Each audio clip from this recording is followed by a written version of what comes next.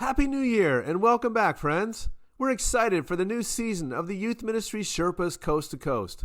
On this episode, Brock is on sabbatical, so it's just Shannon and me. I just got back from the Passion Conference, which got me thinking about emotional worship experiences and what role they play for today's generation. Should there be crying in youth ministry? Then we talk about strange things kids brought to youth group, and we discover that Shannon is the queen of fun, except for fireworks. We're Brockless, but we soldier on, so let's get started.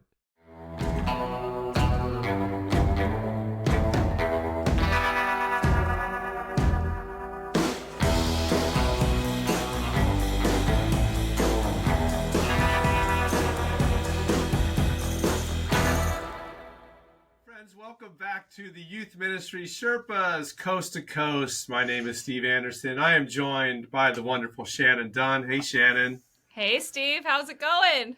It's going great. It's going great. Happy New Year. Happy 2024. We did it. We did it. Yes. You might notice we are missing the third member of our posse today, Brock Morgan. We're Brockless, Shannon. We are Brockless. The virtual room feels empty without him. There's more air for the rest of us, though.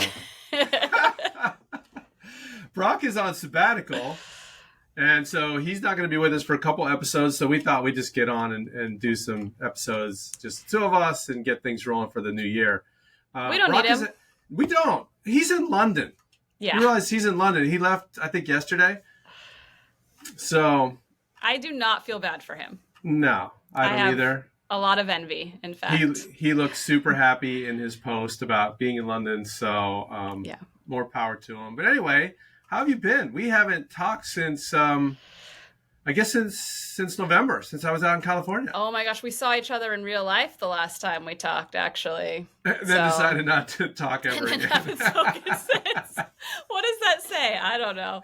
No, it was a great but busy Christmas season. I think all three of us just needed to get it all done and get through it. So yeah, ministry got super busy after that, and it just the end of the year was just it's like getting thrown out of a slingshot. So I feel like no matter how long I'm in ministry, and every time I'm like, I know it's going to be busy, and it still slaps me in the face. Like, it doesn't matter how I prepare or how much it doesn't matter. It's still crazy. It is. It's just, we have day jobs. That's why this is hard to do. So, but I kicked off 2024. I took some students the first week of January down to the Passion Conference. Yes. In Atlanta, home of Louis Giglio and the Great Passion Conference. I had 10 college students with me, and apparently Brock told us this offline, that he was in the original Passion band 27 years ago. What did he say he played? Like the bongos? The bongos? I don't. I just pictured him like, if you've ever read Matthew McConaughey's autobiography, he talks about the time he was post Texas football, had a little bit too much party, and got arrested playing the bongos naked in his living room. So I don't know what Brock was doing at Passion. Just like Brock, I'm sure. But anyway, Passion was cool. Have you ever been? I have never been, actually. And I don't know. I'm wondering if it's like a West Coast versus East Coast thing. Like, it just wasn't really much on the radar because it's not over here for me. Yeah. I know a few students but I think the students who go to college over on that side that I know end up going. But they said there was like 275 colleges represented and 72 countries. So it's a big deal. 55,000 students in the Mercedes-Benz Center in Atlanta. Wow. I would like to go. That is an experience. Yeah. How was your experience? Did you enjoy? How many times have you been? This is the second time I've been personally. Okay. Yeah, I went like 10 years ago. Okay. I enjoyed it. It was different for me this time, I think, because I'm a little older, maybe. And that's kind of what I want to bring to our conversation today.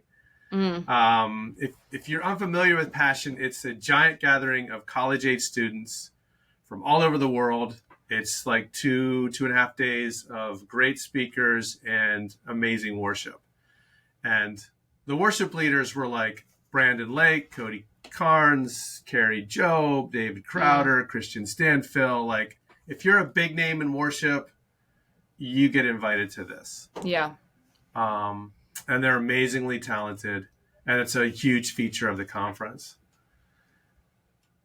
The thing is, being an old crotchety guy, it's amazing. It's very emotionally driven.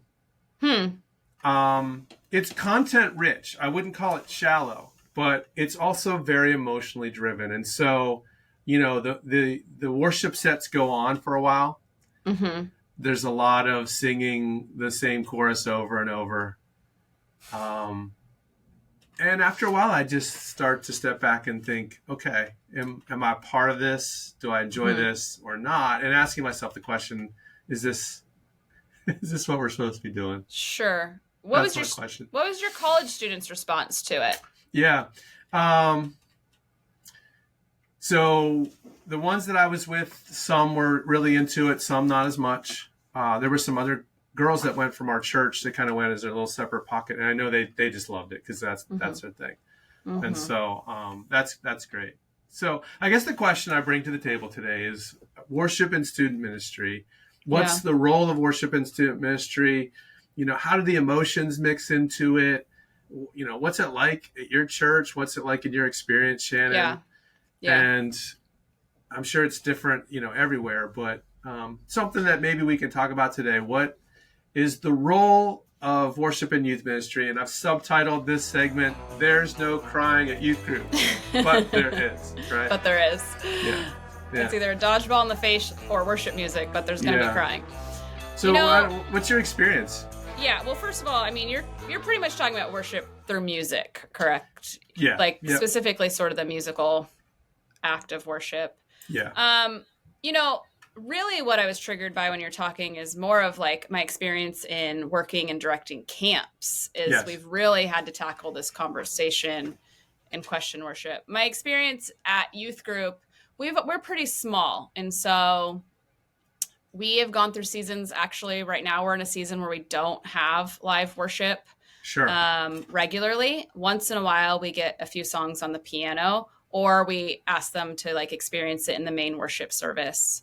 Do you try to substitute, like sing along with something on the screen or anything like that? No, which is interesting. We haven't, and I've read lots of people that have had great experience doing that, actually. So it feels so foreign to me. We hadn't tried it yet.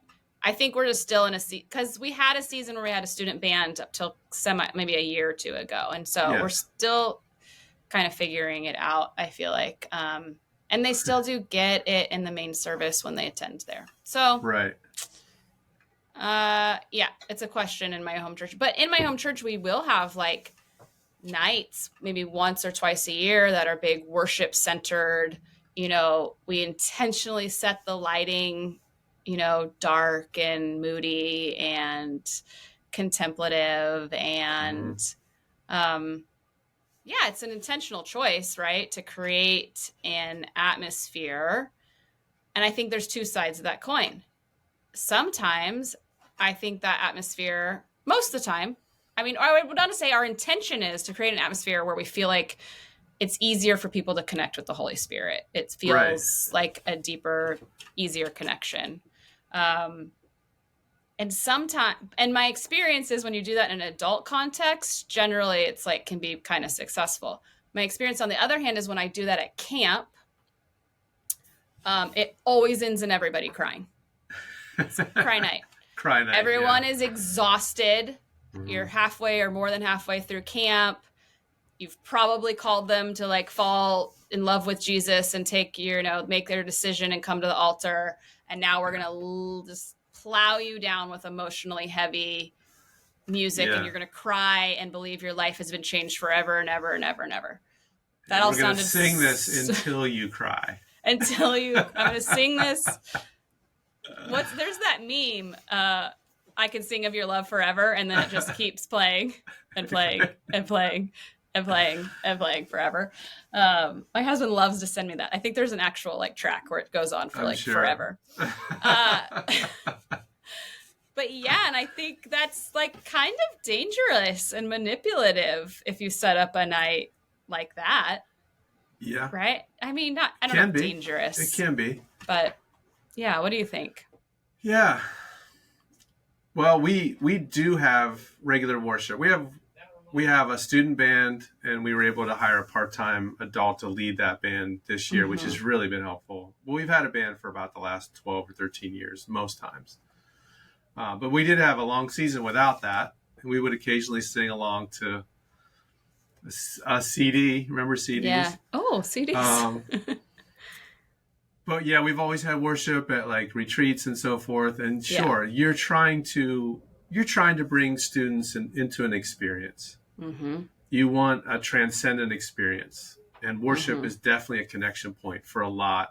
Worship through music, especially, is a connection point for a lot of students. Yeah. And I think there's a great value to that. We've noticed recently at our retreats that the emotions kind of lead before they're kind of present right when we start, like before they're justified. And so that causes me to step back and say, okay, they're just looking for the experience. They're not even thinking about what the experience is or why they want to feel this yet. And so maybe we need to step back and kind of rethink and explain what is the meaning of worship? Who are we worshiping? Why are we worshiping? And not just jump into the emotional moment. Yes. Does that make sense? Yes. I think that's good. And actually, I definitely, in my own personal walk, think I went through a season where you experience that worship high so much that you almost like crave it. And sort of like, I believed that was the only way I was going to like experience the Holy Spirit, was to be in these like really wonderful, like passion, like settings of worship. And sometimes that's not a reality in our life, except for once a year or whatnot. Well, yeah, because that's the funny thing. We bring these songs back from something like Passion, and then we try to recreate them in our youth room with a bunch of ninth graders who've been playing their guitar for about 6 months. And it's never going to feel the same ever, Right. And so the expectation of kids is we have to have this experience, and we can't even begin to recreate it. Right. So is there a way to, appropriately use the emotional need of worshiping God without being manipulative? Yeah. Yeah. I mean, one thing that came to my mind was like, first of all, worship through music is great, right? I mean, it's good. There's a purpose. Like, we are to worship our God. And it is good to have that experience. Like, that definitely, those desires to draw near to God are good. And so I think that's probably like the simple if that's most of it, right? Most of our intention is good. Most of it's that, right? But there are, like you said, you had students that didn't connect to that at all too, right? That some people don't connect to that. And so my whole thing has sort of been the balance. Well, first of all, let's not be intentionally manipulative. Like, make sure your intentions are really set the right way. It's like my first question. But my second question is, outside of worship through music, where else are we providing experiences for them to get in touch with the Holy Spirit in a different way? That's been one question I ask myself a lot, especially in a season where we weren't doing much worship through music. I think there's a question about, well, what opportunities am I providing that reach more students than just the worship through music? So sometimes on a retreat, I actually did a season where I experimented with all kinds of things. There's this labyrinth up in the hills. We went and walked the labyrinth, and we did a 3-hour silent retreat, and we did trash pickup, as a connection point. Like, we just experimented with a lot of different things. But I do think that we work with such a wide variety of students that figuring out lots of different experiences, different ways to worship God is important. Yeah, we do that similarly. We have a couple times a year where we have expressly worship experiences based around stations or something like that, with different ways of interacting with God. And they're super powerful. and our students love them. In fact, Yeah. we've started to build our big fall retreat with that as the primary thing, because that seems to be where the students connect the best. So the speaker is important, but less so than the actual prayer experience that we create. So yeah, I think that's important. I think it's funny. Brock actually talks about this in his latest book, but the need for students to have experiences beyond their own anxiety and concerns, and to be caught up in something bigger than themselves, and the transcendent moment, I think is really necessary in this culture. Me too. And I think we can do that without it being manipulative. Maybe by even saying, hey, I know not everybody in this room is going to feel this moment, and that's okay. If you're not caught up in this moment, it doesn't make you a lesser Christian. Yeah. Because I think that can be a danger too. Those kids who aren't feeling it are thinking, well, why am I not feeling it? Yeah. And then they equate feelings with intimacy with God. And that's maybe a dangerous path to go down.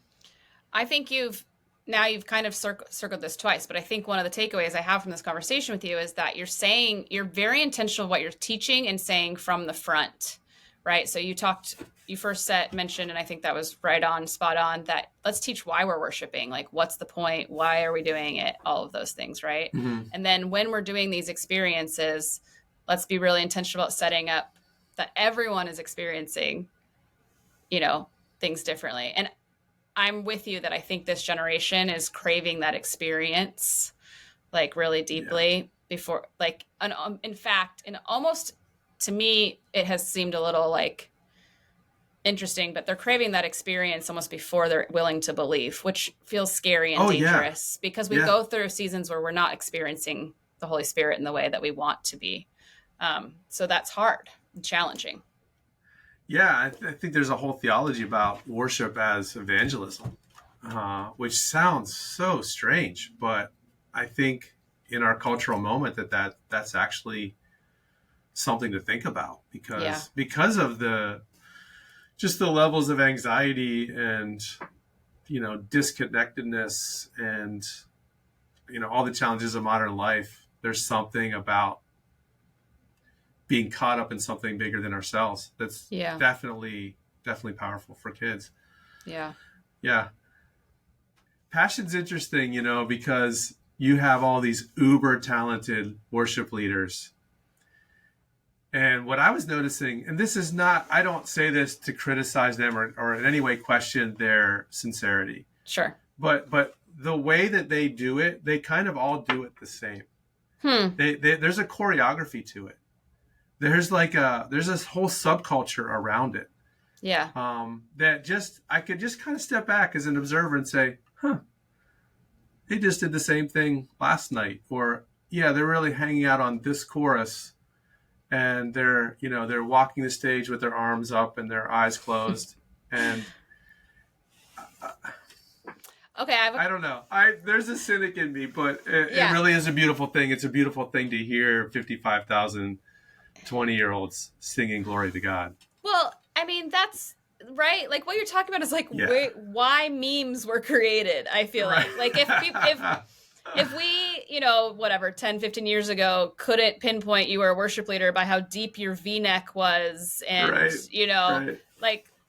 there is like an unfortunate recipe maybe for the stereotypical, and then that recipe bleeds into the same, right? Aren't there all those memes about worship players? I don't even know music, but they play the same 3 chords. Every worship song has same 3 chords, or, et cetera, et cetera. We've created a culture around it for sure.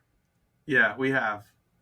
And we've made them into celebrities, which is sometimes a cause for concern for me. But, the positives are it has generated for an entire generation. I think Passion has really been a cataclysmic event for several generations of college kids. Yeah. Many of them being called into God's work in some way in the world.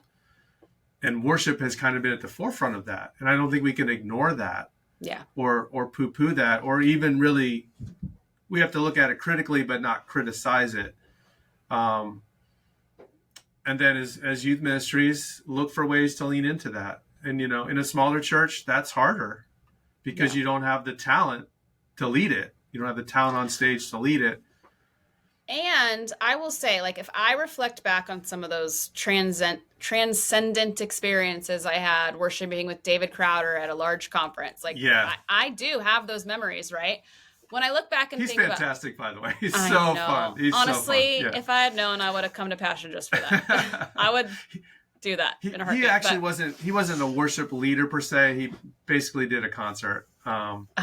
More than but it's call me old school, but he's still my favorite. So but when I look back on those moments, it's the cloud of witnesses that I'm surrounded by that are worshiping along with me. So there's these things that when I start to evaluate like what good is coming from these experiences, I do think one of the good and cool things and parts of that is the crowds of people with you all having that experience. And so when you're in your smaller youth ministry, you can't have the same expectations. You just can't. Like, you can't come home from a winter camp retreat. Like, we've just been talking about that. It's coming up this month. You can't, even your students, you kind of have to talk to them and say, like, we don't want this to be a mountaintop experience, but at the same time, like, this is not going to transcend home into our youth room. So it's the danger as you create events that when they graduate from youth group, they'll never get to experience again, and they lose heart with church. It's not as fun. Yeah. Not as fun. Nothing is. Not as fun. Not as fun. Interesting. So maybe as a takeaway, just be intentional and thoughtful about the worship experience that you're providing. Mix it up. Don't feel lesser than if you can't provide what you see on YouTube, and help kids understand the reason that they're worshiping, so that they're leading with an understanding and not just with emotion, although emotion is part of it. So there is crying in youth ministry, Shannon. There is often crying in youth ministry. Always. All right, let's throw in our next segment. Just the two of us today. Get to know your Sherpa. I have a question for you. Kind of a funny one. The surprise question. Yeah, it's funny. We were both we were asking each other, do you have a question? We both said no, and then at the same time we said yes. But I won, so I got my question. Question is, what's the weirdest thing a kid has ever brought to youth group? You already had an answer ready to go. I did. Okay. Yeah. Well, I thought of the most dangerous thing immediately. Oh, no. I mean, and it was youth camp, but we had to confiscate fireworks from a kid at youth camp, which, I think this is one of those cultural country thing, like part of the country things. Did he buy them on the way to camp? Because I've had kids do that before. That's why it might not be shocking to people that live in other parts of the country, right? But in California, fireworks are like huge no-nos.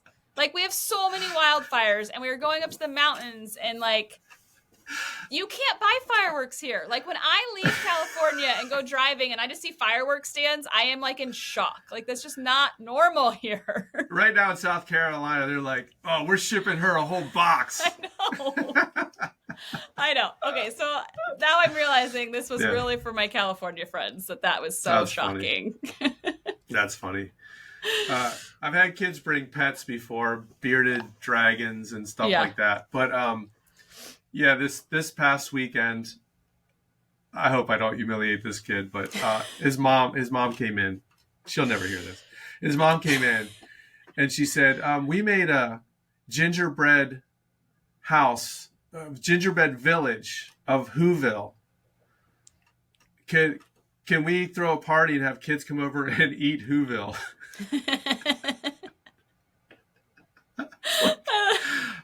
What? You want us to build an event around the Whoville that you build in your house? I love that so much. So I told her, hey, bring your is it transportable? Bring your Whoville next Sunday night, and we'll see if the kids eat your gingerbread house here. Yeah. At our youth ministry. So did they? She hasn't brought it yet. This weekend. We'll see if it shows up. You know what's so pure is the intention behind that, though. It's so sweet. I love that. That's It was so sweet. sweet. And I tried to be so gracious, but I was like, what do I do with this request? This is a different one. Hey, no youth group next week. We're all going over to so-and-so's house to eat the gingerbread Whoville. Whoville. I love it. All right. Segment three. Calling this Happy Clappy Christians. It's kind of the flip side to the emotional worship side. I'm going to talk about humor just for a few minutes. Humor in youth ministry. When are things too shallow? When does humor get out of control? Have you had that experience where you've had to be like, okay, we really need to be intentional about not being too emotional and not being too silly? Yeah. So what's the balance there? Well, not that I'm like the funniest person in the world. That's not what I'm trying to say here. Second funniest. Yeah. Second funniest person in the world. I do think that probably if I looked at myself and like gave a really deep evaluation, that I probably do lean really heavily into the side of youth ministry that is joy and fun and games and laughter. Yeah. And those things. So it's really easy for me because I'm always trying to convince people like this is good to talk about sort of the importance of those things,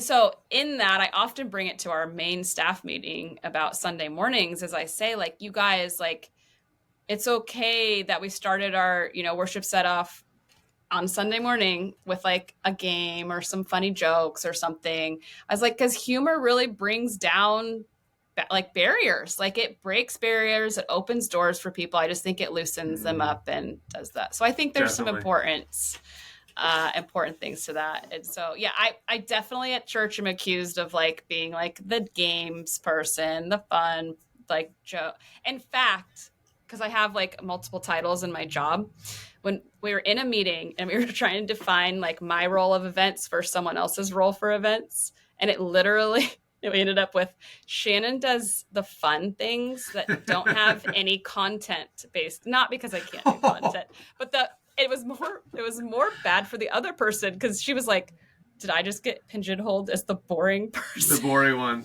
Yeah. Anyways, so I'm guilty of leading no fun part Nathan in. Over there. All he does is the serious stuff. Yeah. I'm guilty of being real heavy in the fun.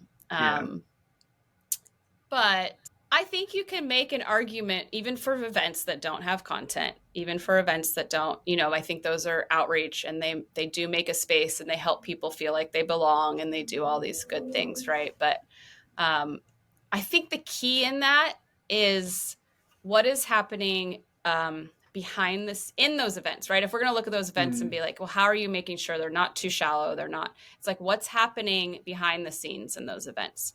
Are you and your leaders being intentional about the conversations that you're having with students that showed up and like you may have planned an only fun event, but there are students that walk through those doors who need something. They need a conversation. They need a prayer. They need that. And so are you and your leaders prepared and trained? And did you talk about it even beforehand? Like what students are we meeting and how are we meeting with them when they came needing something besides fun or whatnot? So I think humor and tears aren't opposite sides of the coin. I think they're very closely aligned. I think about the best movies or the best comics or the best shows that can make you laugh and then turn it to tears. I mean, that's where the power is. I think Jesus was like that, honestly. Yeah. You think he was funny? I do think he was funny. I don't think people would have enjoyed him if he wasn't funny. And so I think, humor breaks down walls and invites people into the shared experience and softens their defense for what's to come. I think it's really important. And I think youth ministries, by and large, are the sweet spot of that for church. Yeah. I think youth pastors, by and large, are the kind of people who do that well. Yeah. This is so interesting we didn't plan talking about this specifically, but like I have heard people wanting to go into youth ministry who have said something like, well, I'm not funny. Yeah. Or like feel like, so what? And I don't necessarily think those people are ruled out from youth ministry. Like,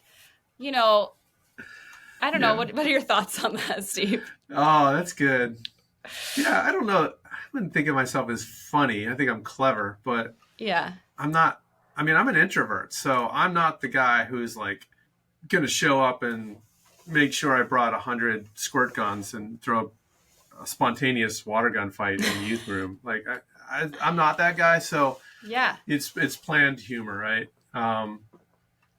So I think that's okay. I think it's okay. If you're super serious, then you need to have somebody on your team who at least has an eye out for creating those experiences that are just fun. That's a really good point, actually. It's like you don't have to be on stage leading the game if you have the right team. No.